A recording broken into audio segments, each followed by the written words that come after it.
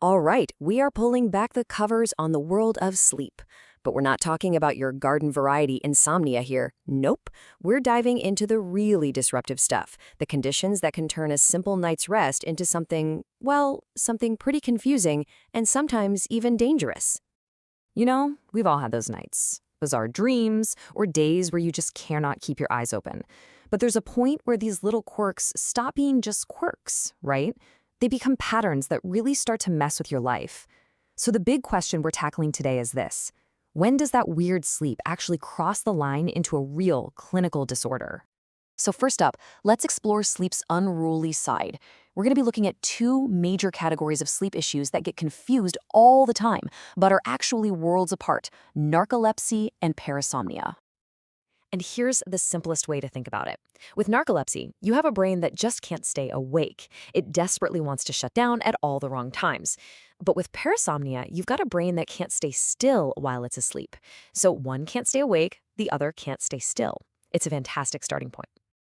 Okay, let's dive into narcolepsy first. The best analogy for this is a faulty on-off switch. The one in your brain that's supposed to control wakefulness? Well, in narcolepsy, it's basically broken. So the official definition calls it a chronic neurological disorder. The key phrase to lock onto here is regulate sleep-wake cycles.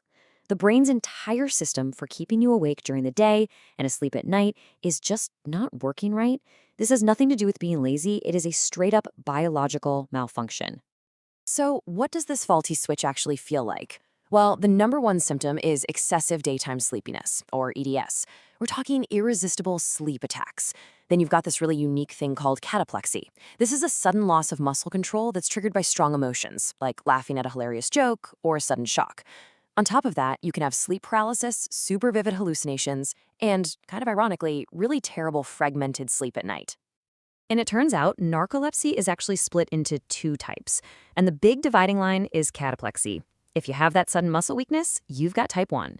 We now know this is caused by a loss of a super important brain chemical called hypocretin. You can think of it as the brain's natural stay-awake juice. Now, in type 2, there's no cataplexy, and the hypocretin levels are usually normal. All right, let's switch gears to our second topic, parasomnia. I like to call this the nightly performance, because if narcolepsy is a faulty switch, parasomnia is like some bizarre, unwanted stage play that starts the moment you fall asleep. The absolute key to understanding this is right there in the definition.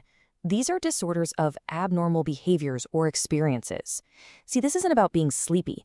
This is about things you do while you're fast asleep: walking, talking, eating, sometimes even acting out your dreams. And just like narcolepsy, parasomnias are split into different types, but they're based on when they happen during the sleep cycle. First, you've got the NREM, or non-rapid eye movement parasomnias. These happen during our deepest, most dreamless stage of sleep.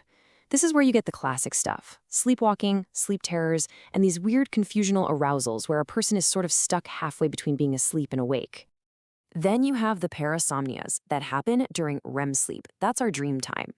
Now, normally when we dream, our body is paralyzed. It's a safety feature, so we don't, try to fly. But in REM sleep behavior disorder, that paralysis system fails, and people will literally act out their dreams. Punching, kicking, yelling. It can be incredibly intense. And just to show you how wild the world of parasomnias can get, there's even one called exploding head syndrome. I'm not making that up, it's a real thing. It's when a person hears a sudden, crazy loud noise, like a bomb going off, right as they're falling asleep or waking up. It's totally painless, but you can imagine how startling that would be. Okay, we've met the two main players. So now it's time for the main event, putting them side by side. Let's really nail down the difference between a disorder of the sleep state itself versus a disruption that just happens during sleep. If you remember only one single thing from our time together, please make it this: the core difference is regulation versus behavior. Narcolepsy is a disorder of the brain's ability to regulate being awake and asleep. Parasomnia is a disorder of unwanted behaviors that erupt out of sleep. And you can see this difference so clearly when you look at how we treat them. For narcolepsy, it's all about medications, stimulants to force wakefulness, other drugs to control that cataplexy. The care is focused on managing sleepiness. But for parasomnias, medication is way less common. The focus is almost 100% on safety, making sure no one gets hurt during an episode, and then on improving overall sleep habits. So let's zoom in on that a little bit more. How do we actually manage these conditions day to day? This is where all the theory gets real and practical. For narcolepsy, it's really a three-pronged attack. You've got medications like stimulants as your frontline defense. But just as important are lifestyle changes. Things like strategically scheduled naps can be an absolute game changer. And because of symptoms like cataplexy, emotional support is just crucial to help people manage the social side of the disorder. Now with parasomnia, the playbook is completely different. Priority number 1, 2, and 3 is safety, safety, safety. You're trying to create a safe environment to prevent any injuries. The second rule is you never, ever try to forcibly wake them up. You just gently guide them back to bed. The rest is about basic sleep hygiene and educating the family so they know what's going on and what to do. So let's bring it all home one last time. The big takeaway is this simple, powerful distinction. Narcolepsy is a fundamental problem with the brain's control system, the sleep-wake regulation system. Parasomnia is all about those unwanted, complex behaviors that burst through the boundaries of normal sleep. Regulation versus behavior, that's the key. And that really leaves us with a final thought, doesn't it?